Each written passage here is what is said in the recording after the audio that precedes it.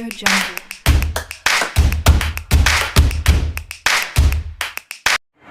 Assalamualaikum warahmatullahi wabarakatuh.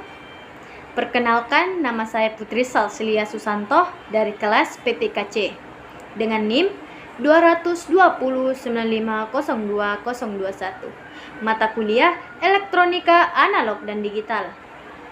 Saya dari Universitas Negeri Makassar, dari Fakultas Teknik. Saya dari jurusan Teknik Informatika dan Komputer, Prodi Pendidikan Teknik Informatika dan Komputer. Adapun di sini saya telah meringkas materi di pertemuan 7 dengan judul Rangkaian Penyeara Gelombang Rectifier.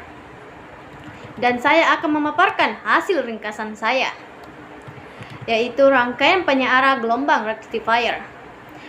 Rangkaian penyeara gelombang merupakan rangkaian yang berfungsi untuk merubah arus bolak-balik alternating current atau AC menjadi arus searah direct current atau DC.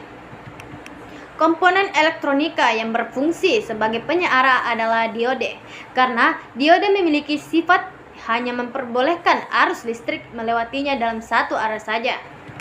Kemudian rangkaian penyeara terbagi atas dua. 1.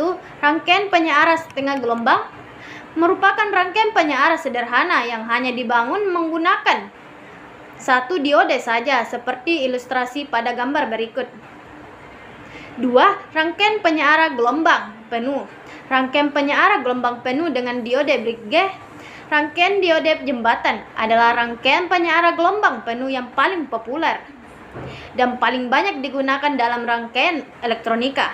Rangkaian diode jembatan menggunakan 4 diode sebagai penyearahnya, seperti terlihat pada gambar berikut. Rangkaian penyeara gelombang penuh dengan center tap atau tap.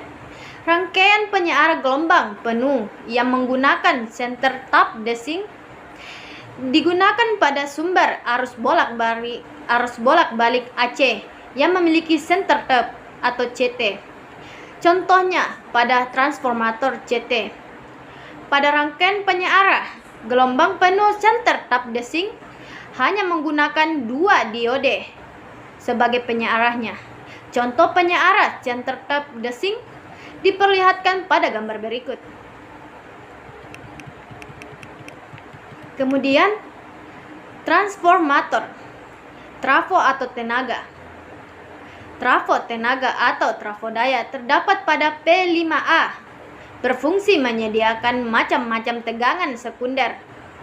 Trafo input mempunyai lilitan primer dan lilitan sekunder dengan menggunakan inti teras atau besi. Lilitan sekundernya mempunyai center tap, digunakan untuk penyelesaian impedansi atau pembalik fase.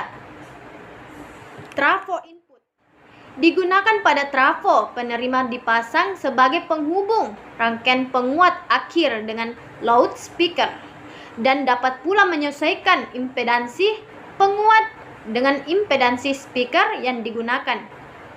Trafo frekuensi menengah biasa disebut trafo MF, biasanya untuk melewatkan frekuensi 455 kHz.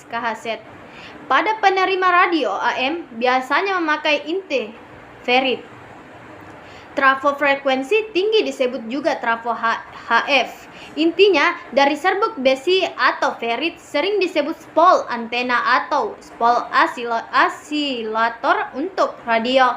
Penerima biasanya sebagai penala atau osilator. Sekian, inilah penjelasan saya tentang materi di pertemuan 7 dengan judul Rangkaian Penyeara Gelombang Rectifier. Sekian, wassalamualaikum warahmatullahi wabarakatuh.